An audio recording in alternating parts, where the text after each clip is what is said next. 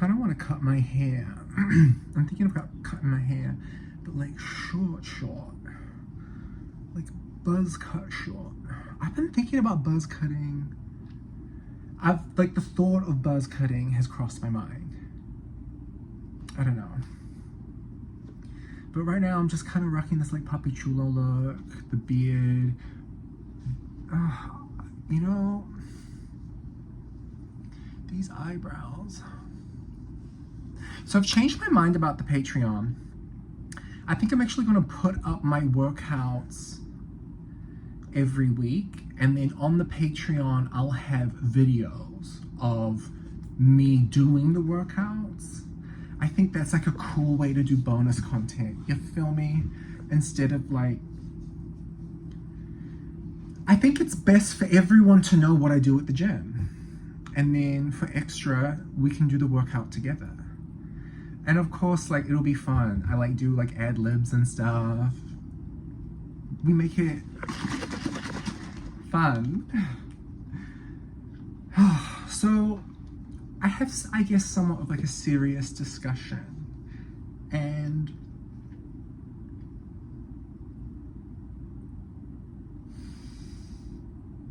I don't even know where to begin. It's come to my attention, and it's not come to my attention.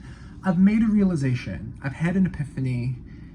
I don't think that New York is, like, I feel like I've learned everything that I was supposed to here. Yeah. Yes. And I love the city. I'm a New Yorker through and through. I will never talk shit about this place. Although I have, who hasn't? Hello, we're New Yorkers, we complain, you know? Like, but I know that I did it, you know? And like, I love this place. I'll always love this place. Being here at this time of my life, to be in Cobble Hill and to have 2 months in Cobble Hill, and for this to be the inception of like the launch pad of what I'm doing, it feels really special. But Cobble Hill is where I moved to. When I first came to New York, I was in Chinatown at the NYU dorms, but then I moved to Cobble Hill on Wyckoff Street, on the corner of Court and Wyckoff. And to be back here again and say goodbye, do you know what I'm saying? Like, to have that surrendering of like, I can't be here anymore, I can't make it work. Put it simply, pool space is getting really, really tough to get in New York City. And, you know, even at my private club that I'm at, I used to be able to just practice whenever I wanted to. I get charged $20 every time I want to practice outside of our practice hours. So it's just kind of like the cost is piling up, and just getting pool space to teach lessons is also getting really difficult. The pandemic, you know, I'm not going to sugarcoat it. I'm just going to tell it like it is. The pandemic really decimated our sport. It really did. And, you know, that's okay. We have to admit it, because that's how we'll fix it. But like, pools are expensive to run. They've been running the past few years, but no real way of paying for them. You know, I think you have to realize, like, running a 50-meter pool year round is $1 million investment. That costs $1 million. And like, that's to make sure that it's run properly. Do you know what I mean? Which means you pay people, you have to pay staff quite well to run the place properly. Because if the chlorine levels get wrong, and if you're having moldy filters and all these types of, like, it can be very bad, right? So I don't blame New York City for charging $200 an hour for a lane. You know, like, I don't blame them. I get it, because it costs.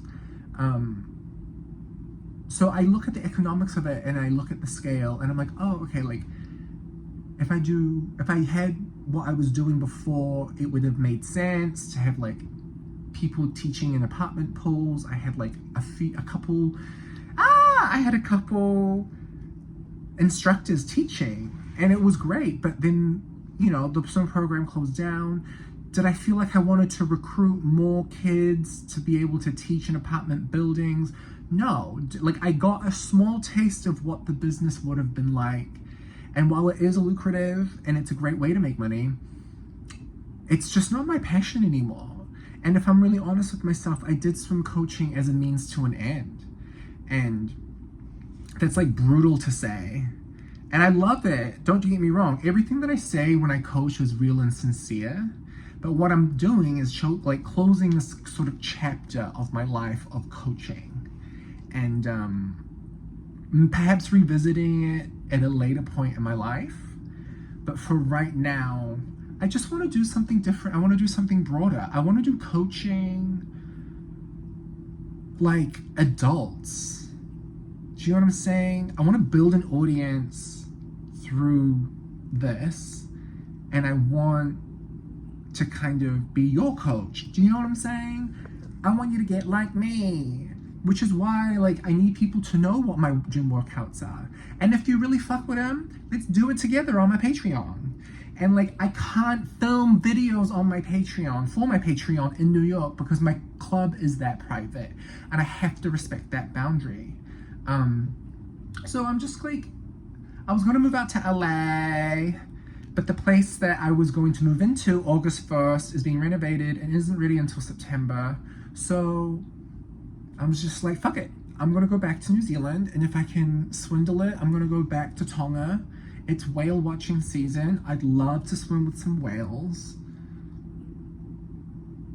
And like, I'm not even gonna lie to you, it's like being inspired by people that I follow on Instagram. I follow great influencers that are out in the Pacific, and I'm just like, why am I not there?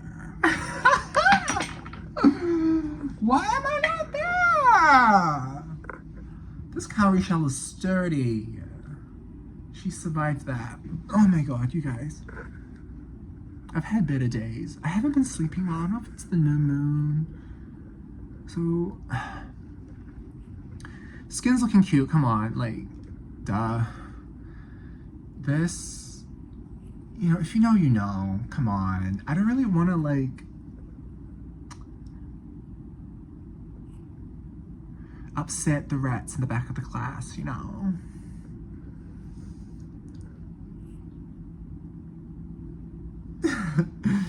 No, but this is real effing cute, though. This is real effing cute. And say yes to heaven. It's giving say yes to heaven. It's not giving summertime sadness. No.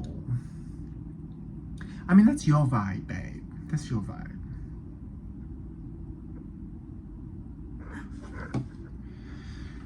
But yeah, watch out for Friday. Actually, Friday I'm gonna try something new and different. I'm gonna bring back food Friday, and I'm gonna do a little cute recipe.